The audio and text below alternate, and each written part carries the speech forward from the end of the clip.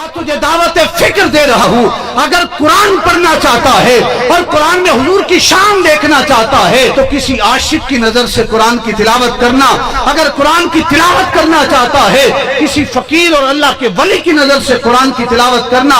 آج تجھے دعوت فکر دے رہا ہوں، اگر قرآن کی تلاوت کرنا چاہتا ہے تو حضور ضیاء الامت پیر محمد کرم شاہ الازہری رحمت اللہ تعالی علیہ کی نظر سے قرآن کی تلاوت کرنا، اگر قرآن کی تلاوت کرنا چاہتا ہے تو حضور شیخ الاسلام خواجہ قمر الدین سیالوی رحمت اللہ تعالی علیہ کی نظر سے قرآن کی تلاوت کرنا، اگر قرآن کی تلاوت کرنا چاہتا ہے تو حضور پیر میر علی شاہ کی نظر سے قرآن کی تلاوت کرنا، اگر قرآن کی تلاوت کرنا چاہتا ہے تو بابا فرید الدین گنجے شکر کی نظر سے قرآن کی تلاوت کرنا، اگر قرآن کی تلاوت کرنا چاہتا ہے تو خواجہ معین الدین چشتی اجمیری کی نظر سے قرآن کی تلاوت کرنا، اگر قرآن کی تلاوت کرنا چاہتا ہے تو شیخ عبد القادر جیلانی کی نظر سے قرآن کی تلاوت کرنا، اگر قرآن کی تلاوت کرنا چاہتا ہے تو حضور پیر پٹھان کی نظر سے قرآن کی تلاوت کرنا۔ ہاں اگر قرآن کی تلاوت کرنا چاہتا ہے تو کربلا کے قاری سید الشہداء امام حسین کی نظر سے قرآن کی تلاوت کرنا،